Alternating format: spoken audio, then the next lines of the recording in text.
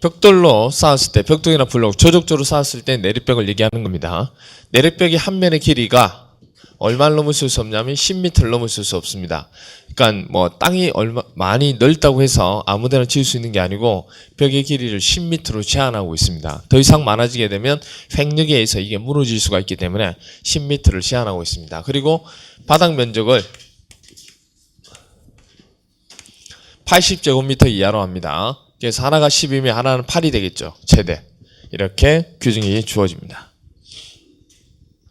그래서 한 면의 길이가 10m 이하가 되고 그 다음에 한 면의 길이가 A가 80이니까 10이 되면 이건 8이 되겠죠. 그래서 바닥 면적 부분이 80제곱미터를 넘어설 수 없다는 거.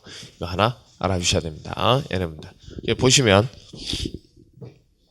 1번 내립벽. 내립벽은 견딜래자, 힘력자. 힘에 대해서 견디는 벽을 내립벽이라고 보통 얘기합니다. 그래서 내립벽 길이는 10m 이하로 한다는 거. 10m 이하로 한다는 거. 그 다음 두 번째로 내립벽으로 둘러싸인 부분의 바닥 면적은 80제곱미터 이하. 내립벽으로 둘러싸인 부분의 바닥 면적은 80제곱미터 이하. 그 다음에 여기 보시면 이게 A벽, 이게 B벽, C벽, D벽이라고 그러죠. 그럼 A벽의 길이를 B하고 D벽이 뭐죠? 구획하고 있죠. A벽의 길이를 B벽과 D벽이 뭐하고 있다? 구획하고 있다. 얘네가 더 이상 길어지지 않도록 B하고 D가 잡아주고 있는 겁니다. 그러면 A벽을 B하고 D가 잡아주고 서로 마주보고 있죠. 이걸 대림벽이라고 그럽니다. 그래서 A벽의 대림벽은 B하고 D가 되고 B벽의 대림벽은 누가 돼요? 그러면 A하고 C. C의 대림벽은 B하고 D. D의 대림벽은 A하고 C. 이렇게 됩니다. 그게 바로 대림벽이라고 얘기하는 겁니다. 그리고 부축벽. 이 벽 부분이 있으면 이 벽이 힘을 받으면 휘어질 수 있죠. 그리고 옆에서 이렇게 튀어나온 벽.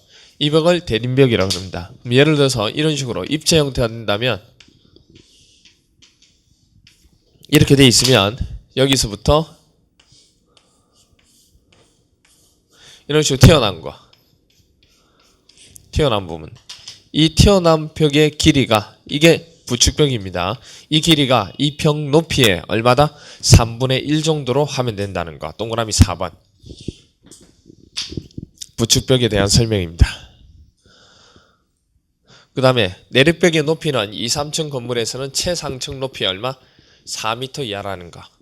그래서 내립벽의 높이는 2, 3층 건물에서는 최상층의 내립벽 높이는 4m 이하라는 거 하나 알아주셔야 되고, 그 다음에 밑에 보시면 세 번째 이제 조적조 부분의 내립벽 두께입니다. 조적조의 내립벽 두께.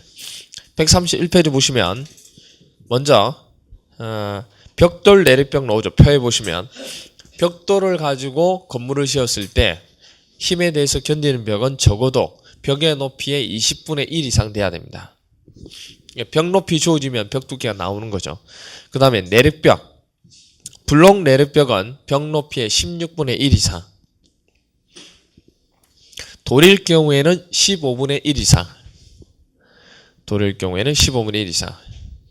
그리고 이게 내립벽은 그렇고 칸막이벽. 칸막이가 뭐냐면 비내립벽입니다. 힘에 대해서 견디는 벽이 아닌 것을 비내립벽이라고 그래요. 칸막이 하죠.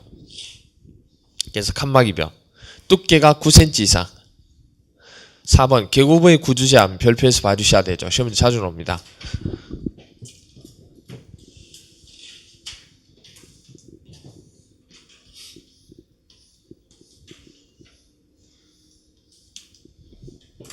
자, 이렇게 돼 있으면 여기에 계고부가 이렇게 들어가죠.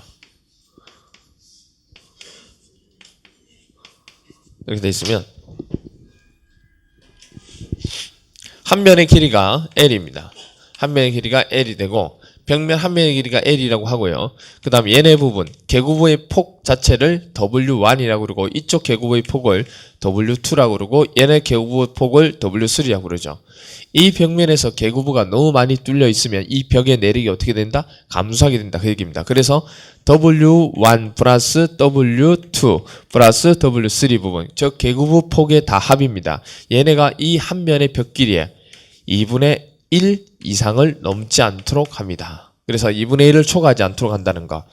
그래서 W1 플러스 W2 플러스 W3가 2분의 1 이하라는 거. 그게 1번에 나오고 있죠.